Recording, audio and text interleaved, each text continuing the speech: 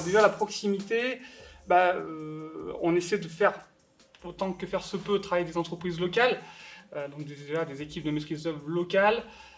C'est toujours mieux d'avoir un archi qui est à proximité de l'opération qu'un archi qui est à 150 km. Les entreprises, c'est pareil, parce qu'il faut bien penser que pendant le chantier, il y a peu de problèmes, elles sont toujours présentes, sauf qu'on a une garantie de parfait achèvement et que quand il faut les faire revenir, c'est un peu plus compliqué. L'engagement, c'est d'aller jusqu'au bout de nos opérations. On va souvent sur des chantiers qui se trouvent dans des endroits reculés où peu de monde intervient. Donc c'est vrai que quand il faut aller au fin fond des baronnies ou dans le Vercors, on est bien content d'avoir droit à aménagement habitat pour construire et répondre aux attentes des collectivités. La performance, je pense, c'est avoir le minimum de charges pour nos locataires, donc de construire le mieux possible, parce qu'il ne faut pas oublier qu'on construit pour nous-mêmes. Donc le bâtiment, on va le garder peut-être une cinquantaine d'années, voire peut-être un peu plus.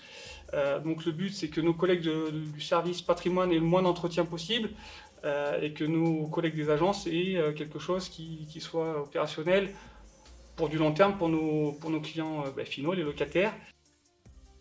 Solidarité, solidarité, voilà, on construit quand même pour des personnes à revenus modestes, donc que ce soit des personnes âgées, des jeunes couples, on construit aussi pour eux, et puis des personnes handicapées, donc il faut qu'on intègre ces gens-là, et donc la réglementation nous l'impose, et puis on va au-delà de la réglementation, donc j'en ai parlé au niveau thermique, on va souvent au-delà avec des labels, et puis maintenant on fait des opérations veille bienveillante, cœur de village forcément, et veille bienveillante pour les personnes âgées, pour éviter de les déraciner et de les conserver le maximum possible dans leur logement.